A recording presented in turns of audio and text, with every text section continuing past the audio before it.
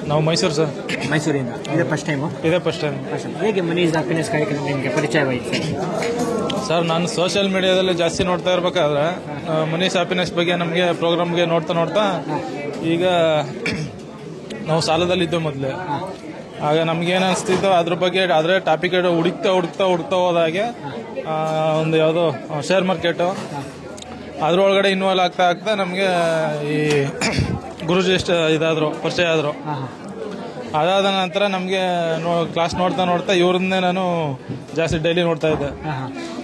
ಆಗ ನನಗೆ ಒಂದಿನ ಫೋನ್ ಮಾಡಿದೆ, ಅದು ಸ್ಕ್ರೀನ್ ಶಾಟ್ ತಗೊಂಡು ಒಂದಿನ ಫೋನ್ ಮಾಡಿದೆ, ಈ ಥರ ಇದೆ 100 ಕೋಟಿ ವರ್ಕ್ಶಾಪ್ ಇದೆ ಅಂತ ಹೇಳಿದರು. ಅದನ್ನು ನಾನು ಅಟೆಂಡ್ ಮಾಡೋಕ್ಕಾಗಲಿಲ್ಲ. ಬಟ್ ಈಗ ಯಾವುದು 29ಗೆ ಪ್ರೋಗ್ರಾಮ್ ಇದೆ ಅಂತ ಗೊತ್ತಾಯ್ತು. ಅದರಿಂದ ನಾನೇನು ಮಾಡಿದೆ, ಸೀದಾ ಬುಕ್ ಮಾಡಿಕೊಂಡು ಇವತ್ತು ಅಟೆಂಡ್ ಮಾಡಿದೆ ಸರ್. ತುಂಬ ಖುಷಿ ಇದೆ ಸರ್.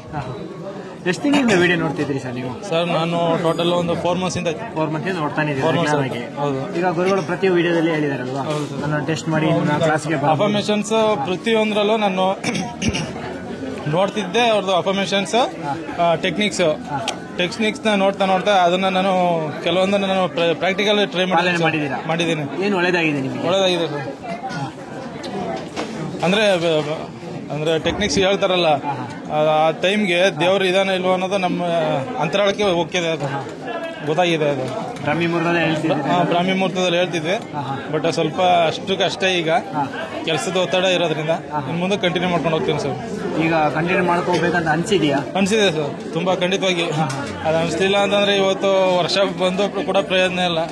ಆ ರೀತಿ ಗುರುಗಳು ತುಂಬಾ ವಿಚಾರಗಳು ಇವತ್ತಿನ ವರ್ಕ್ಶಾಪ್ ಹೇಳ್ಕೊಟ್ಟಿದ್ದಾರೆ. ನಿಮಗೆ ಯಾವ ವಿಚಾರ ತುಂಬಾ ಇಷ್ಟವಾಗಿದೆ ಸರ್? ಈಗ ಮನೀಷ್ ಅಂತಂದ್ರೆ ಹಣನ ನಮ್ಮ ಯಾವ ರೀತಿ ನಾವು ಮುಂದೆ ಹೂಡ್ಕೊಂಡು ಹೋಗೋದಾಗ್ಲಿ, ಅದನ್ನ ನಾವು ಏನ್ ಹೇಳ್ತಾರೆ ಅಂದ್ರೆ ಅದನ್ನ ಸಂಭಾಳಿಸೋದಾಗ್ಲಿ ನಮ್ಗೆ ಗೊತ್ತಿರಲಿಲ್ಲ. ಬಟ್ ಇವತ್ತಿಂದ ಪರ್ಟಿಕ್ಯುಲರ್ ಆಗಿ ಪ್ರತಿದಿನ ಅದು ಕಡ್ಡಾಯವಾಗಿ ನಾವು ಆದಾಯದ ಒಂದು ವೆಚ್ಚ ಆಗಿರ್ಬೋದು, ಆದಾಯ ಗಳಿಕೆ ಆಗಿರ್ಬೋದು, ಹೂಡಿಕೆ ಆಗಿರ್ಬೋದು, ಯಾವ ರೀತಿ ಮಾಡಬೇಕು, ಏನೇನು ನಾವು ಡಿಸಿಷನ್ ತಗೊಳ್ಬೇಕು, ಯಾರನ್ನು ನಂಬರು, ಈ ರೀತಿ ಎಲ್ಲ ನಮ್ಗೆ ಅನುಭವ ಆಗಿದೆ ಸರ್.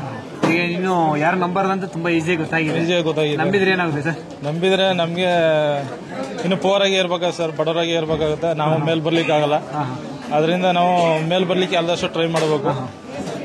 ನಾವು ಮೇಲ್ ಹೋದ್ರೆ ತಾನೇ ಇನ್ನೊಬ್ಬರನ್ನು ಕೈ ಹಿಡಿದು ಎತ್ಬೋದು. ಹಾಗೆ ಗುರುಗಳೀಗ ತುಂಬಾ ಸಲಹೆ ಕೂಡ ಹೇಳಿದ್ದಾರೆ, ಕರ್ಮ ಕಳೆದರೆ ಮಾತ್ರ ನಮ್ಮ ಈ ಮನಿ ಈಸ್ ಹ್ಯಾಪಿನೆಸ್ ಕಾರ್ಯಕ್ರಮ ಬರಬಹುದು ಅಂತ ಹೇಳಿ, ಬರಕ್ಕಾಗುತ್ತೆ ಅಂತ ಹೇಳಿದ್ದಾರೆ. ನಿಮಗೆ ಇವತ್ತಿನ ದಿನ ಏನ್ ಅನಿಸಿದೆ ಸರ್? ನನಗೆ ಇವತ್ತು ನನ್ನ ಕರ್ಮ ಇವತ್ತು ನಂದು ಕಳೀತು ಅಂತ ನನ್ನ ಅಭಿಪ್ರಾಯ ಇದೆ ಸರ್. ಬಟ್ ಇನ್ನು ಮುಂದಕ್ಕೆ ನಾನು ಪರ್ಟಿಕ್ಯುಲರ್ ಆಗಿರ್ತೀನಿ, ಕರೆಕ್ಟಾಗಿ ಇರ್ತೀನಿ.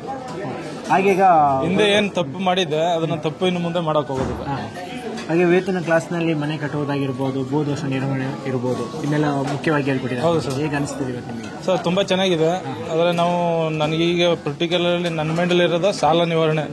ನನ್ನ ಸಾಲ ಇರೋದ್ರಿಂದ ಒಂದು 4 lakh ಸಾಲ ಇದೆ. ನಾನು ಅದ್ರ ಬಗ್ಗೆ ಕಾನ್ಸಂಟ್ರೇಟ್ ಮಾಡ್ತಾ ಇದ್ದೀನಿ. ಭೂದೋಷ ಅದು ಇನ್ನೂ ಐಡಿಯಾ ಇಲ್ಲ ಸರ್. ಅದು ಸಾಲ ತೀರಿಸಬೇಕಂತ ಪ್ಲಾನಿಂಗ್, ಸಾಲದ್ದು ನಿವಾರಣೆ ಆಗ್ಬೇಕು ಅಷ್ಟೇ ನನಗೀಗ. ಹಾಗೆ ಈಗಷ್ಟೇ ಒಂದು ಹೆಸರಿಟ್ಟು ಸತ್ಯಲೋಕ ಆಶ್ರಮ ಅಂತ ಆಶ್ರಮ ಬೇರೆ ಮಾಡ್ತಾ ಇದ್ದಾರೆ. ಇದಕ್ಕೆ ನಿಮ್ಗೆ ಏನು ಅನಿಸುತ್ತೆ? ನಿಮ್ಮ ಒಪಿನಿಯನ್ ಏನಿದೆ? ತುಂಬಾ ಒಳ್ಳೆಯದಿದೆ ಸರ್. ಯಾಕೆಂತಂದ್ರೆ ಇವತ್ತಿನ ಕಲಿಗಾಲದಲ್ಲಿ ಸುಳ್ಳು, ಮೋಸ, ದಗ, ವಂಚನೆ ಇದೇ ಇಟ್ಕೊಂಡು ಇವತ್ತಿನ ಇದರಲ್ಲಿ ಸತ್ಯಲೋಕನ ಸೃಷ್ಟಿ ಮಾಡೋಕೆ ಹೊರಟಿದ್ದಾರೆ ಅಂತಂದ್ರೆ ಅನಂತ ವಿಶ್ವಾಚಾರ್ಯರು ತುಂಬಾನೇ ಗ್ರೇಟ್ ಸರ್. ಯಾಕಂತಂದ್ರೆ ಹಿಂದೆ 100 ವರ್ಷ 200 ವರ್ಷ ಹಿಂದಕ್ಕೆ ಹೋದ್ರೆ ಅವತ್ತಿನ ದಿನದಲ್ಲಿ ಸತ್ಯ, ಧರ್ಮ, ನೀತಿ ಇದೇ ಇತ್ತು.